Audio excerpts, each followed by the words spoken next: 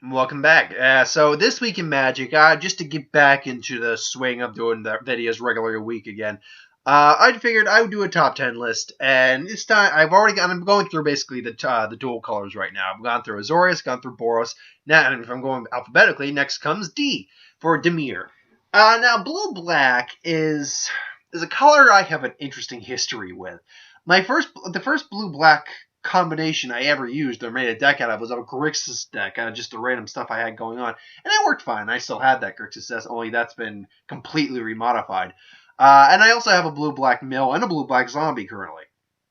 But blue-black is a very odd color because blue-black is it's a very niche color combination. It only works on the subway level. It works on the discard and mill level. Those are always the big ones. It works on zombies, and it does have some bounce and control aspects to it. But it rarely has any big creatures to it. The blue allows some countering effects, but nothing on the level of say like Azorius. It does have a minor destruction capability with black, but again, nothing on like say black red or anything along those lines. So while it does have a lot going for it, it doesn't have it lacks in the creature department because while black is technically the second most prominent in terms of the number of creatures, blue is the least prominent. So what happens when you get those mixed together? A really weird combination of stuff. And most of the creatures you get in there aren't big, meaty guys.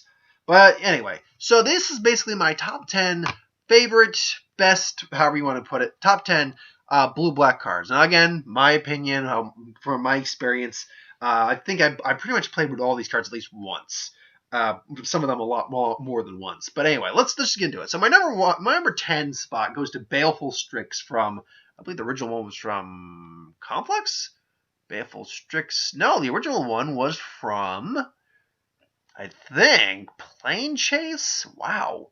Oh, was it Plane Chase 2012? No, yeah, 2012 was the first time we got Baleful Strix, I believe.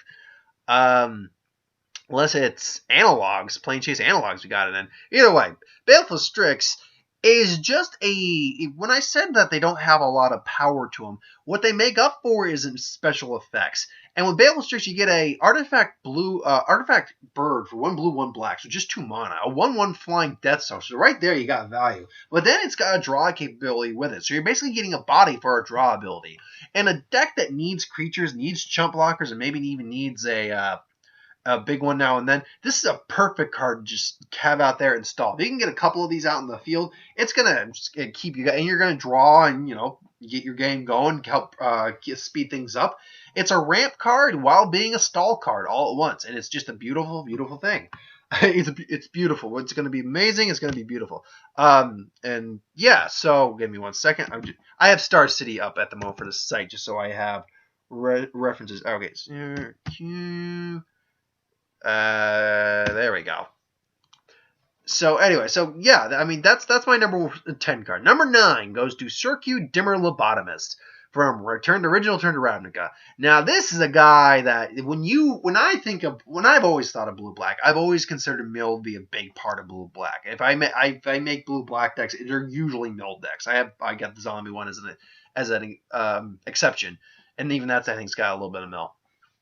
But Circuit Dimir Lobotomist, 2/3 for 2 of any color and 1 of blue, 1 black. Whenever you play a blue spell, remove top card target library from the game. The same if you play a black spell, and your opponent cannot play non-land cards of the same name as a card removed from the game with Circuit Dimir Lobotomist. Now this is even in a non-milling blue-black deck, this thing is something that's nightmare fuel for anyone immediately when it gets up, because not only is it going to mill cards off your deck because you don't have it, not only does it remove them from the game, meaning you can't get them back. They're not exiled, mind you. I mean, I think this was before the exile thing took effect. Hold on to it. No, this was only in Return to Ravnica, so we don't have a updated version of this. In terms of that, I don't know if removed from the game still means exile. I think that is a separate thing. But let's just even go on the exile part. Even their exile, and there are a couple cards that can bring things back from the exile, but still, it's very, very difficult. Most people aren't going to be able to do it. So right off the bat, you got something that's going to take cards out of the play. It's going to mess up your opponent's deck. But the real thing, two parts of this real thing, is that they can't play any other cards that with the same name. So if they got multiple copies of something, they're going to have a dead card in their hand now. At best, they can use it for maybe a discard effect or something like that. But what makes this far stronger than some cards later that have come out in recent years, you can remove him from play completely. That effect, they can't come back. It doesn't say as long as he's on the field. Your opponent can't play cards, no land cards, with the same name as that card of cards removed with this card's ability. Period. End of story. So right off the bat, this thing is when he gets out the field. If you're not running a deck that has any form of destruction, you better hope you can kill your opponent quick, because if they start getting cards off and milling you and just giving you like dead cards in your hand, like you draw, you're gonna top deck something and it's a card you can't play, you're boned. So yeah, so that's my number 9. Number 8. One second. Ooh, not that one. Number consuming. There you are. Number 9 or number 8 is Consuming Aberration. Now, this was the pre-release card for the Gatewatch, Gatecrash, should say, Gate pre-release. And this is just one of those examples of a card that I love playing. It's a big, meaty creature that's based off effects. It's a yeah. Okay, I just want to double check and say it's a combination of everything I love about of Magic. It's a big, meaty creature which I love. It's this giant centipede-looking horror thing. Its power tempers are based on the number of cards in your opponent's graveyard. So if you're running a mill deck, this is the card to have. And even then, if you cast a spell, doesn't say what color or anything, just cast a spell. They reveal the top cards of their library and put them in the graveyard until they reveal a land card. So it's pretty much Mind Funeral on a creature, more or less. Especially if you can play multiple cards in one turn. Yeah, it's like Lord of Extinction meets Mind Funeral wrapped into one. Not quite as powerful as Mind Funeral, which by the way is not on this list because I played against Mind Funeral. I've never played with Mind Funeral, and frankly, I'm not a fan of Mind Funeral. I don't mind the effect. Don't get me wrong. Like Mind Grind, I'm okay with, because it's kind of like Mind Funeral on steroids if you actually are able to get it off. But frankly, I don't like going up against that card. But I've never played it with it, and I'm certain if I would play with it, I'd probably enjoy playing with it. But it'd also kind of just feel like a cheap cop. That's the thing. Mind Funeral just seems like an unfair card. It really, especially because you can have 4 copies. It costs 3, and you can basically just run through 16 lands in your opponent's deck. But overall, just a giant beefy creature that's going to mill your deck. That's awesome. Next one, and one of my favorite cards, is Deny Reality. This one I don't even need to look up on Starsea. I remember what this does. It's a sorcery speed, 5 mana, 1 blue, 1 black, and 3 of any color, with return target creature to opponent's hand, and then Cascade. Now, any card with Cascade has to be worth noting, because Cascade is one of the most overpowered abilities ever, period. For those of you who are too young, for those of you not aware of what Cascade did, let me wind you a yarn. You see, back in the day, there was a set called Alara Reborn. And Alara Reborn followed the other Alara blocks, and it was already pretty powerful, those 2 blocks, Shards of Alara and Complex. Then they said, let's make a 100% multicolor set. And we call this ability Cascade. And what it does is when you play the spell, you get a free card. Just costing 1 mana less. Essentially, for those, again, actually, if you don't know what Cascade is, which if you're watching this video, I assume you do. But for those of you who might not, essentially, play a card with Cascade. In this case, it costs 5 mana. Look at the top cards of your library until you reveal a permanent card that I believe was a permanent card. That, you know what, let me just double check, seeing as I'm going to Deny Reality. There we go, Deny Reality, Cascade. It's exile. Exile the top cards of your library. until, yeah, a non-land card, just a non-land card. You may play it without paying its mana cost and put the removed cards back on the bottom of your deck. So they're not actually exiled. They're just removed temporarily. So basically it says, hey, return this target permanent. By the way, it's actually permanent, which makes it even better. Deny reality. To return this permanent to owner's hand, get a free card. So, yeah, it's a bounce with a free creature. And depending on what cards you got going on your deck, you could be, or it's sorcery, artifact, whatever. Depending on what cards you got going on your deck, it's completely haxed. So, yeah, deny reality. Now, next up, and this one I do want to get the card back up, because while I played with it once, I believe, I've never actually owned the card. So give me 1 second. All right, next on the list is, and that would be my number 7, is Dragon Lord Silmulgard. Now I have the original Silmulgard. It's an okay card. It's its stats are lower, 3/7, but dragon for every dragon -1 to the opponent's team. That's cool. But Silmulgard, 6, 2, 1 black, 1 blue, 4 of any color, 3/5 flying, death touch, whatever. That's okay. When it enters the battlefield, you gain control of target permanent or planeswalker for as long as you control Dragon Guard, Silmulgard. And this is an example of changing that whole ability. Yeah, that's kind of broken, especially when your opponent, you're actually waiting to play this card, waiting for your opponent to bring out like maybe another Dragon Lord, or maybe an Eldrazi, or a Planeswalker. They bring out like Sarkhan Vol, or Sarkhan Unbroken, or Gideon, Ally of Zendikar, or whether Chandra, Blade, all that. They bring out those guys. Then you're like, oh no, what am I gonna? Oop. Oh yeah, there's that. It's like, so your Ulamog now works for me. Good luck with that. So Ulamog, Dragon Lord. I love that fact too when you really think about that. That Ulamog is so mindless. This dragon, who's far weaker than him, but far more manipulative, just comes in and just goes, boom, hey. Let's fight on my side. Let's go tear Tarkir a new one.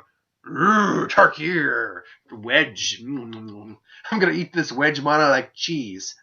And of course, I just love the art in Dragon Lord Silmulgard, who is actually wearing their former Khan as a necklace, preserved with magic. That's awesome. Glimpse of the Unthinkable is from Ravnica. It's just 1 blue, 1 black. It's my number 6 card. Yeah, number 6. No, it's my number 5 card. Wow. Let me rephrase how I've because okay. So my number 10 is Baleful Strix. I didn't order this correctly. Deny Reality was actually my number 9. My number 8 was Circuit Dimir Lobotomist. My number 7 was Dragon Lord Silmulgard. Number 6 was Glimpse of the Unthinkable. And then number 5 is actually Consuming Aberration. So my apologies. I wrote it down on the list and then I numbered them. I just didn't switch them around. So I apologize. It's actually Baleful Strix number 10. Number 9, Circuit Dimir Deny Reality. Circuit Dimir Lobotomist comes in at 8. Dragon Lord comes in at 7. Glimpse at number 6. And then Aberration at number 5. My bad.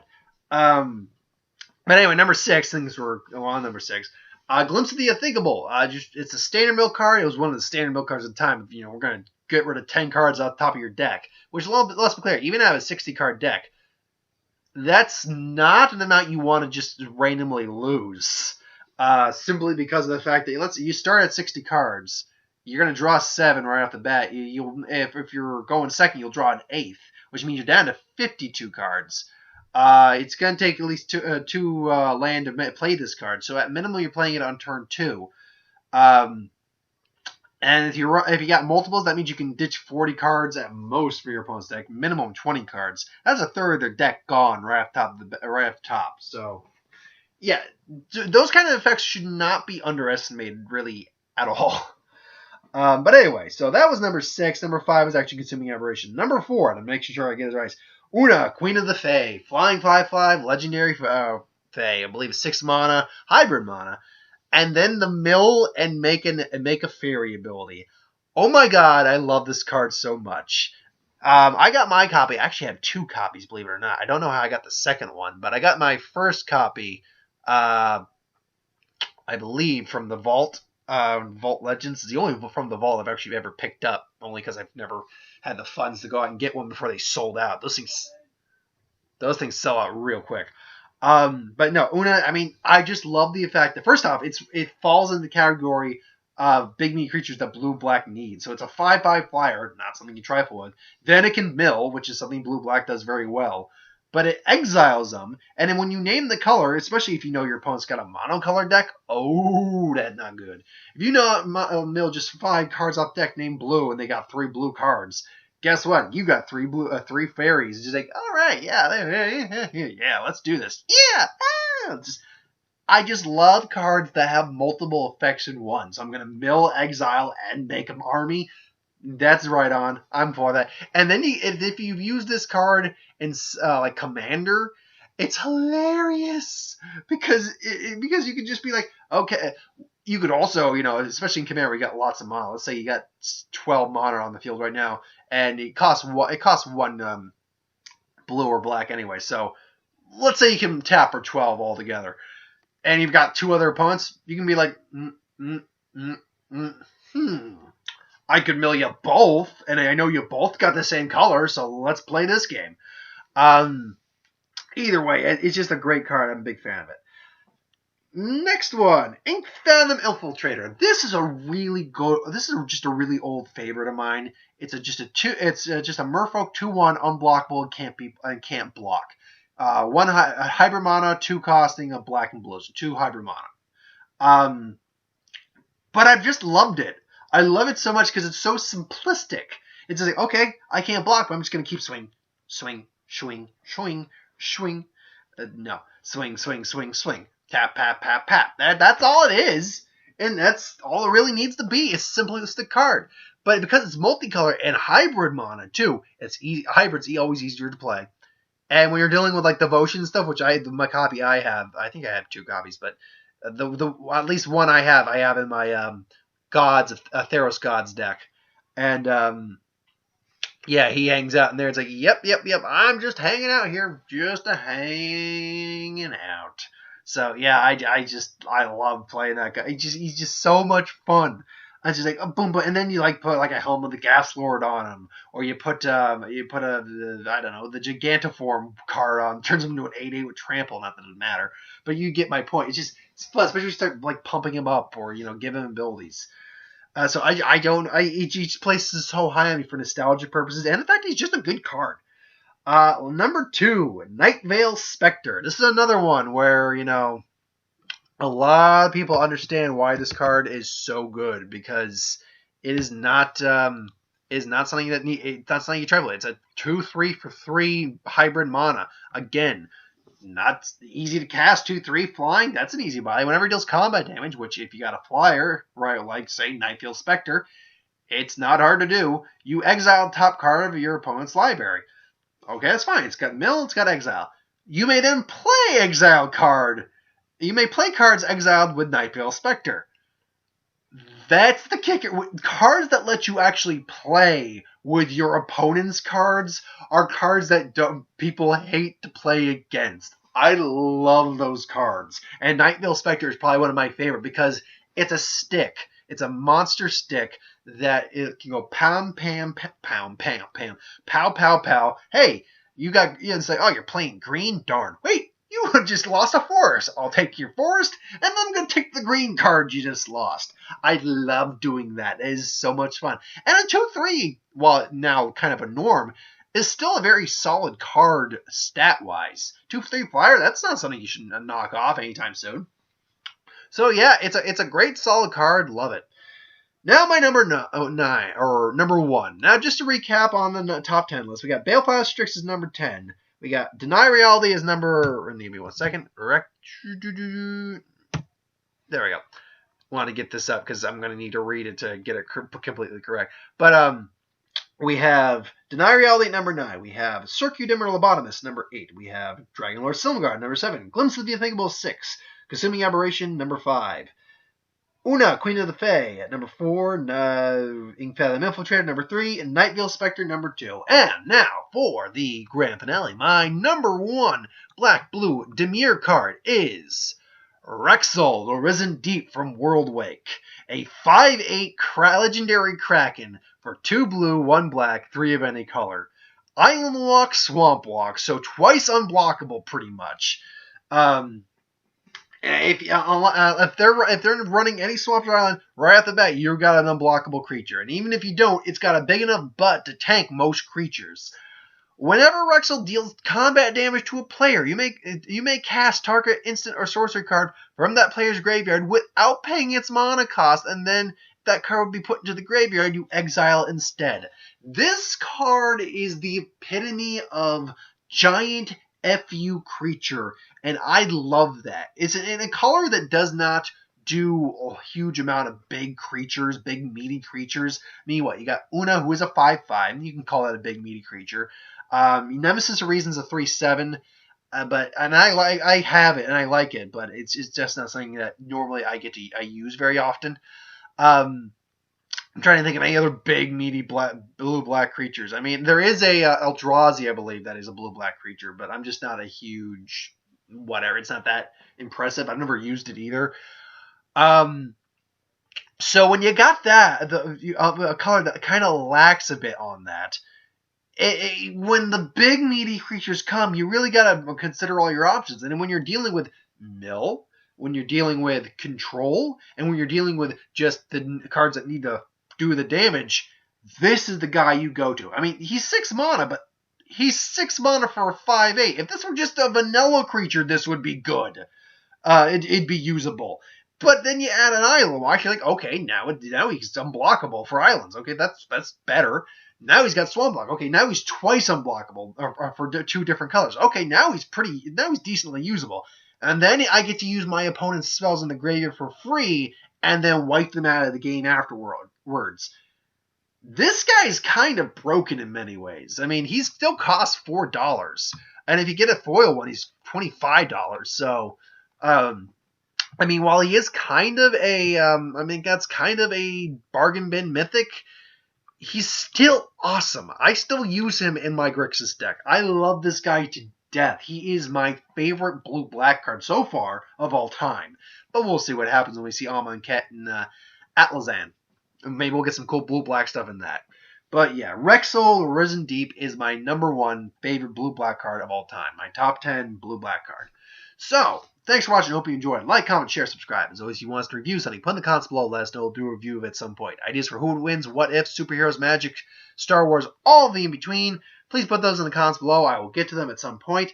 There will be, like I had to say, there will be no review tonight for John Wick Chapter 2 just because I live in New England and we're getting hit by a blizzard at the moment. So no one's getting out of their driveways tonight.